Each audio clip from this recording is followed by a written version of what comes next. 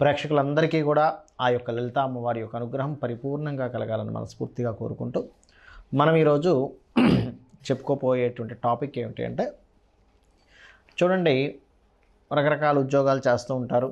అయితే ఆ రకరకాల ఉద్యోగాలు చేసేటువంటి క్రమంలో సడన్గా ఆ ఉద్యోగం ఏదైనా డిస్టర్బ్ అయితే వాళ్ళ గనక ఎక్స్ట్రా ఇన్కమ్ ఏదైనా సైడ్ ఇన్కమ్ లేదనుకోండి, చాలా ఇబ్బంది పడిపోతూ ఉంటారు.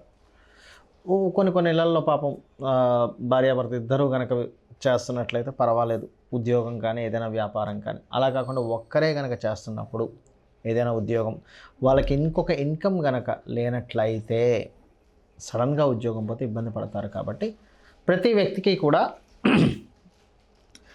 ఏదో ఒక సైడ్ ఇన్కమ్ ఉండాలి.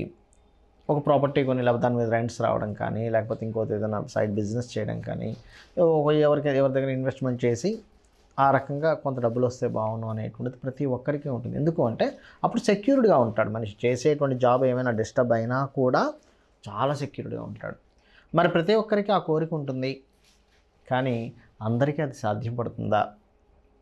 అది సాధ్యపడేలా చేసుకోవాలంటే జ్యోతిష్శాస్త్రంలో నిజంగానే అలాంటి ఫార్ములా ఏదైనా ఉందా అంటే ఖచ్చితంగా ఉందని చెప్తున్నాను నేను. ఎందుకంటే దీన్నే ఫ్రీ వీల్ అంటారు. మనము ఈరోజు చెప్పుకోబోయేటువంటి టాపిక్కి పర్టికులర్గా ఏంటంటే VGM 369 ఫార్ములా అన్నమాట. ఆ ఫార్ములా బేస్గానే నేను మీకు ఇప్పుడు చెప్తాను. ప్రతి రాశి వారికి, అంటే మేషం నుంచి మీన లగ్నం కానివ్వండి, రాశి కానివ్వండి, నేను చెప్పేటువంటి ఈ ఫార్ములా కనుక పాటించగలిగితే 100% అందులో ఎటువంటి సందేహం లేదు. గుర్తుపెట్టుకోండి, 100% మీరు జాబ్ కాకుండా ఇంకొక ఎక్స్ట్రా ఇన్కమ్ సంపాదించుకోవడానికి మీరు చేసేటువంటి ప్రయత్నం ఏదైతే ఉంటుందో, మీ డిజైర్ ఏదైతే ఉంటుందో ఖచ్చితంగా నెరవేరుతుంది. అందులో ఎటువంటి సందేహం లేదు. ఒక్కొక్క రాశి గురించి మనం చెప్పుకుందాం. మకర లగ్నము, మకర రాశి. మకర రాశిలో ఉన్నటువంటి నక్షత్రాలు కనుక చూసుకున్నట్లయితే ఉత్తరాషాఢ నక్షత్రం 4వ పాదము, శ్రవణము, ధనిష్ట 1-2 పాదాలు. ఈ యొక్క నక్షత్రాలు, ఈ రాశుల్ని, వీటిని కనుక చూసుకున్నట్లయితే ఈ లగ్నము, ఈ రాశి, ఈ యొక్క ఫలితాలు కనుక మనం గమనించినట్లయితే ఇక్కడ ఎక్స్ట్రా ఇన్కమ్ కోసం చూసుకోవాలంటే ముఖ్యంగా మకర లగ్నం వారికి ఒక గొప్ప విషయం ఏంటంటే పట్టుదల ఎక్కువగా ఉంటుంది. మకరం పట్టు అంటూ ఉంటారు. అంటే ఆ పట్టుదల చాలా ఎక్కువగా ఉంటుంది. ఇది నేను సాధిస్తాను అనేటువంటిది. సమ్టైమ్స్ కొన్ని జాతకాల్లో శని కనుక స్పాయిల్ అయ్యాడు అంటే, శని పాపగ్రహాల్లో పడ్డాడు, అప్పుడు ఇబ్బందిగా ఉంటుంది. అలాంటప్పుడు వాళ్ళకి డిజైర్స్ నెరవేరేటువంటి యోగం కలగాలన్నా, డిజైర్ బాగా నెరవేరాలన్నా ముఖ్యంగా గణపతి కుమారస్వామి చేసుకుంటే బాగుంటుంది. రైట్, ఇక మనం ఈ WGM అనేటువంటి ఈ యొక్క ఏదైతే ఉందో ఈ ఫార్ములా పరంగా ఎక్స్ట్రా ఇన్కమ్స్ రావాలి అంటే ఏం చేయాలి అని చెప్పి చూసుకున్నట్లయితే ముఖ్యంగా ఇక్కడ గురుగ్రహ సంబంధించినటువంటిది మరియు చంద్రగ్రహము. ఇక్కడ మకర లగ్నానికి ఏంటంటే ముఖ్యంగా చంద్రబలం ఎక్కువగా ఉండాలి.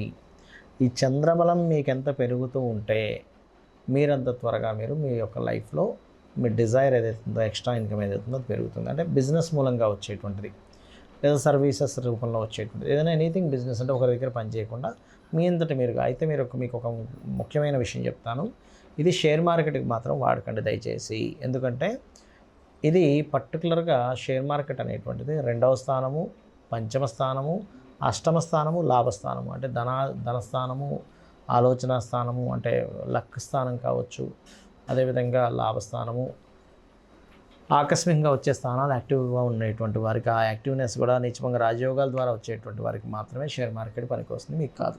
రైట్, మీ జాతకంలో ఉంటే వెళ్ళొచ్చు, నో ప్రాబ్లం. రైట్, ఇక్కడ చూసుకున్నట్లయితే ముఖ్యంగా గురువు చంద్ర గ్రహాల దగ్గర దీపారాధన చేయండి. ఎలా చేయాలి ఏమిటి అంటే, నవగ్రహాలు చక్కగా గురుచంద్ర గ్రహాలు ఏంటో మనకు తెలుస్తే అక్కడ రాసి ఉంటుంది. వాటి దగ్గరికి వెళ్ళి చక్కగా కడిగి వాటికి పసుపు, కుంకుమ, గంధము అలంకరణ చేసి ఒక చిన్న ఆకు, తమలపాకు కావచ్చు, నార్మల్గా ఏదైనా ఆకును అక్కడ వేసి దాని మీద దీపం పెట్టి మీకు తోచినటువంటి నైవేద్యం ఏదైనా సరే, మిశ్రీ కావచ్చు, బెల్లం ముక్క కావచ్చు, ఏదైనా ఒక ఫలాన్ని నైవేద్యంగా పెట్టి 9 ప్రదక్షిణాలు చేసుకొని అక్కడ 9 ప్రదక్షిణాలు చేసుకొని అదే ఆలయంలో స్వామివారిది కానీ అమ్మవారిది కానీ ఉంటుంది. అందులో ముఖ్యంగా దత్తాత్రేయుడు ఆరాధన ఆర్ అమ్మవారి ఈ రెండూ కనుక ఉన్నట్లయితే, లేదా సాయిబాబా టెంపుల్లో ఉన్నా సరే పర్వాలేదు, ఉన్నట్లయితే చక్కగా అక్కడికి వెళ్ళి అక్కడ ఒక 3 ప్రదక్షిణాలు మనస్ఫూర్తిగా నెమ్మదిగా చేయండి. చాలామంది ఏం చేస్తారంటే హడావిడి చేస్తుంటారు. హడావిడిగా చేయడం వల్ల మీకు ఎటువంటి ఫలితం రాదు, కనెక్ట్ అవ్వలేకపోతుంటారు. భగవంతుడితో కనెక్ట్ అయ్యేటువంటిది ప్రశాంత చిత్తంతో ఉన్నప్పుడు మాత్రమే మీరు కనెక్ట్ అవుతారు, గుర్తుపెట్టుకోండి. సో ప్రశాంత చిత్తంగా అడుగు వేయండి, అక్కడ కూర్చోండి. ఒకసారి మీరు ఆలోచించండి, మీరు ఏదైతే సైడ్ ఇన్కమ్, ఎక్స్ట్రా ఇన్కమ్ కోసం మీరు ఏదైతే తపన పడుతున్నారో, మీకు ఉన్నటువంటి ఇన్కమ్ సరిపోక ఇబ్బంది పడుతున్నటువంటిది కావాలనుకుంటున్నారో, ఏదైతే ఎక్స్ట్రా ఇన్కమ్ కావాలనుకుంటున్నారో దానికోసం మీరు ఆలోచించినట్లయితే మీకు డిజైర్ నెరవేరుతుంది. ఆ ఆలోచన సంబంధంగా మీకు ముందుకు కదులుతుంది. అలా కాదండి, మేము బయట దేశాల్లో ఉన్నాము, ఇక్కడ ఎలా చేయాలి, ఇక్కడ ఉండవు నవగ్రహ టెంపుల్స్ ఉండవు, ఉన్నా కూడా అక్కడ దీపం వెలిగించనివ్వరు అని చాలామంది చెప్తూ ఉంటారు.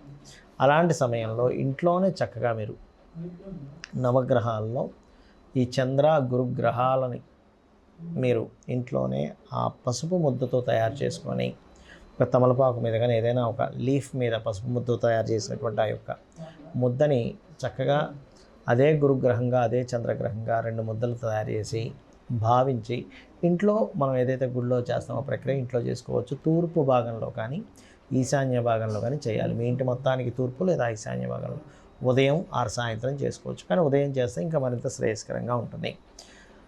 ఇది చేసిన తర్వాత చాలామందికి సందేహం ఏంటంటే ఆ పసుపు ముద్దను ఏం చేయాలి, అది చక్కగా తీసి మొక్కల్లో వేయచ్చు, లేదా స్త్రీలు అయితే ఒంటికి చక్కగా స్నానం చేసేటప్పుడు రాసుకుంటారు కూడా, అలా కూడా చేయొచ్చు. అందులో ఎటువంటి దోషం లేదు. అమ్మ విగ్రహాలు కదండి మనం ఎలా చేస్తాం అనుకోవడానికి ఏమీ లేదు. సో ఇవి చేసుకోవచ్చు. దీంతోపాటు ఇంట్లో ముఖ్యంగా మీరు నిత్యము కూడా అమ్మవారి రాజరాజేశ్వరి అమ్మవారి స్తోత్రాలు, దక్షిణామూర్తి స్తోత్రాలు లేదా దత్తాత్రేయుని యొక్క స్తోత్రము ఇవి ఎక్కువగా చేయండి. లేదా కూర్చొని చక్కగా ఈ షట్చక్రాలు ఉంటాయి మనకి, ఈ షట్చక్రాలు యాక్టివేట్ అవ్వాలి. ఇప్పుడు కూడా యాక్టివేట్ అంటే దాని గురించి ఏదో పెద్ద ఎక్కువ సాధన అక్కర్లే. శ్వాసని తీసుకుంటూ ఈ శ్వాసని ఈ భాగంలో మీరు అబ్జర్వ్ చేస్తూ, ఈ భాగాన్ని అబ్జర్వ్ చేస్తూ శ్వాసను తీసుకోండి. అప్పుడు మీ దృష్టి అంతా ఇక్కడ ఉండి మీ శ్వాసను ఎప్పుడైతే అబ్జర్వ్ చేస్తారో మనకి షట్చక్రాలు యాక్టివ్గా ఉండాలి. ఎప్పుడు కూడా అవి యాక్టివ్గా ఉంటే మనం యాక్టివ్గా ఉంటాము, మనం చేసే ప్రతి పని కూడా సఫలీకృతం అవుతుంది, గుర్తుపెట్టుకోండి. ఆ రకంగా మీరు చేస్తూ దత్తుని యొక్క స్తోత్రము లేదా జయ గురుదత్త శ్రీ గురుదత్త అనుకుంటూ చేయండి. రాజరాజేశ్వరి అమ్మవారి స్తోత్రాలు చేయండి, లేకపోతే వింటూ చేయండి మీరు చదవని పక్షంలో. ఇలా చేస్తూ ఇంట్లో గృహంలో కూడా ఉత్తర భాగాన్ని, పడమర భాగాన్ని, ఆగ్నేయ భాగాన్ని దోషమేమీ లేకుండా చూసుకోండి. పెరగడం తరగడం జరుగుతూ ఉంటాయి, అవేం లేకుండా చూసుకోండి. ఉత్తర భాగంలో వైట్ కలర్ ఉండేలా చూసుకోండి. ఉత్తరం మధ్యలో చిన్న లాకర్ ఒకటి పెట్టండి. పడమర భాగంలో కూడా బాత్రూమ్స్, టాయిలెట్స్ లేకుండా చూసుకోండి. ఆగ్నేయంలో పడమరలో టాయిలెట్స్ ఉన్నా కూడా మీరు చేసే ప్రయత్నాలు ఫలించవు. సో ఆగ్నేయంలో ఒక చిన్న గ్రీన్ బల్బ్ ఒకటి పెట్టండి, లేదా గ్రీన్ కలర్ వేయండి కిచెన్లో. ఆటోమేటిక్గా మీకు ఫినాన్షియల్ గ్రోత్ అనేటువంటిది పెరుగుతుంది, మీరు అనుకున్న సంకల్పం నెరవేరుతుంది ఖచ్చితంగా. మీకు మీరు చేస్తున్నటువంటి సాధన పూర్తి స్థాయిలో మీకు ఫలించాలంటే కొన్ని స్టెప్స్ పాటించాలి. అది ఆఖరిలో చెప్తాను, అదేంటో ఇప్పుడు నేను మీకు చెప్తాను. పాయింట్ నెంబర్ 1 గుర్తుపెట్టుకోండి. ఇప్పుడు చెప్పిన సాధన రెగ్యులర్గా చేయండి, రోజు చేయండి. రోజు ఎలా చేస్తారు? హ్యాపీగా చేయండి, హ్యాపీ మూడ్ని తెచ్చుకొని చేయండి. అబ్బాయి ఏదో చేస్తున్నాం, ఇది చెప్పాడు ఫలిస్తుంది, కానీ అబ్బాయి ఏమిటి రోజు ఈ పని అనుకునే మూడ్లో చేయకండి. ఎందుకంటే మనము ఏ మూడ్లో చేస్తామో ఏ పనైనా కానీ దాని రిజల్ట్ కూడా ప్రకృతి అలాగే ఇస్తుంది, గుర్తుపెట్టుకోండి. Happy mood. అసలు ఈ భగవంతుడు మనకి మానవ జన్మనివ్వడం, మనం ఈ మానవ జన్మగా పుట్టడం చాలా గొప్ప విషయం. ఎంజాయ్ ఇట్ అన్నట్టుగా చేయండి, ఖచ్చితంగా పనిచేస్తుంది.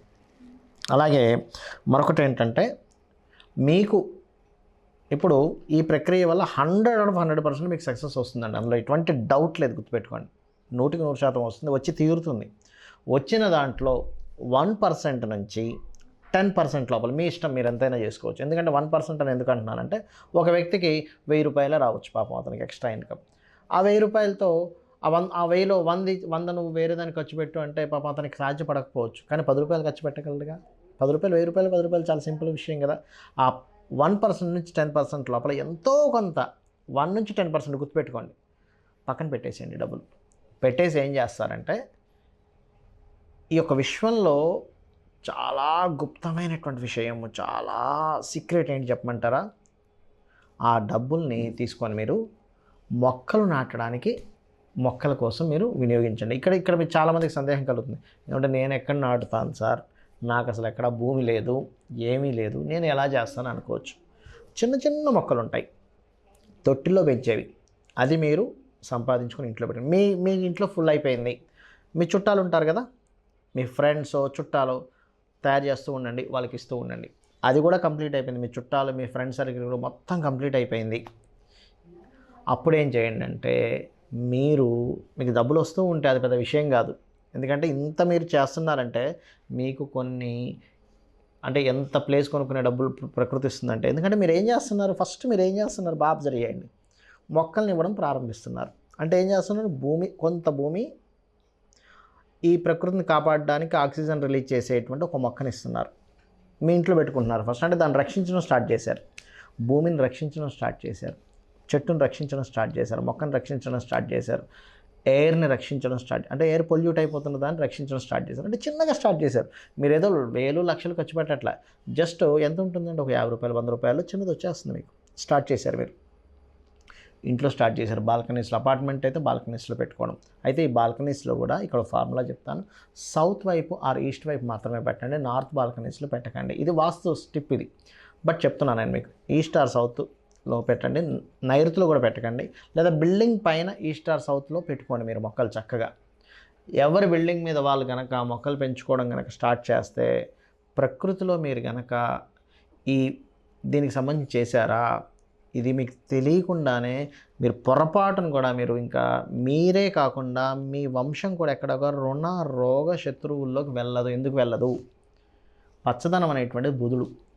మనం ఎవరైనా అప్పుల పాలవుతున్నామన్నా, రుణాల పాలవుతున్నామన్నా, రోగాల పాలవుతున్నామన్నా, శత్రువుల పాలవుతున్నామన్నా బుధుడు పాడైతేనే అవుతుంది. మీరు ఏం చేస్తున్నారు, ఫార్ములాలో దీన్ని పెంచుతున్నారు. ఇంకొకటి మీకు ఆల్రెడీ ఇప్పుడు నేను చెప్పిన ఫార్ములా వింటున్న వాళ్ళందరికీ కూడా 3 విషయాలు ఖచ్చితంగా ఉండుంటాయి. 1 రుణాలు ఉంటాయి, 2 రోగభరితంగా ఏదైనా ఇబ్బంది పడుతుండొచ్చు, 3 శత్రుత్వాలు ఉండుంటాయి. ఈ 3ని ఫస్ట్ తొలగించుకోవాలి. ఎలా తొలగించుకోవాలి? రుణం ఉందనుకోండి మీకు, రోజుకు ఒక ½ అన్ అవర్ ఓం అపర్ణాయై నమః అనే మంత్రాన్ని సాధన చేయండి, రోజు ½ అన్ అవర్. రుణం ఉంటే గనక, లేదండి నాకు రోగం ఉందండి, ఓం సర్వవ్యాధి ప్రశమని సర్వమృత్యు నివారణి అగ్రగణ్య అచింత్య రూప కలికల్మషనాశిని చేయండి. లేదంటే నాకు శత్రువులు ఉన్నాయి, మా ఇంట్లో వాళ్ళతో శత్రుత్వం, బయట వాళ్ళతో శత్రుత్వం, కోర్టు కేసు అది ఉంది, ఇది ఉంది, దీంట్లో నేను సాధన చేయాలి. ఎందుకు చెప్తున్నానంటే, ఫస్ట్ ఈ సాధన చేసేటప్పుడు ఇవి తొలగితే కానీ, అంటే ఈ కర్మలు తొలగితే కానీ మీ సాధన ముందుకు వెళ్ళదు, గుర్తుపెట్టుకోండి. మరి శత్రుత్వాలు ఉన్నాయి, ఏం చేయాలి? ఓం నమో నారాయణాయ, ఓం కుమారస్వామి నమః, లేదా ఓం కార్తికేయ స్వామి నమః అని ఒక ½ అన్ అవర్ చేసుకుంటూ ఆ శత్రువుని ఎలా ఫీల్ అవుతారంటే, వాడు నాకు శత్రువు కాదు, వాడు నాకు మిత్రుడు అని ఫీల్ అవ్వండి. వాడు నాకు శత్రువు కాదు, వాడు నాకు మిత్రుడు. ఎప్పుడు కూడా శత్రుభావము, రుణభావము, రోగభావము యాక్టివేషన్లో ఉంటే మీ డిజైర్ భావం యాక్టివేషన్ అవ్వదు. ఇది ఆస్ట్రాలజీ ఫార్ములా. ఇవి చేయండి, 100కి 100% మీరు ఐశ్వర్యవంతులు అవుతారు. ఐశ్వర్యం అంటే అన్నీ ఉండడం మనిషికి. శ్రీమాత్రే నమః.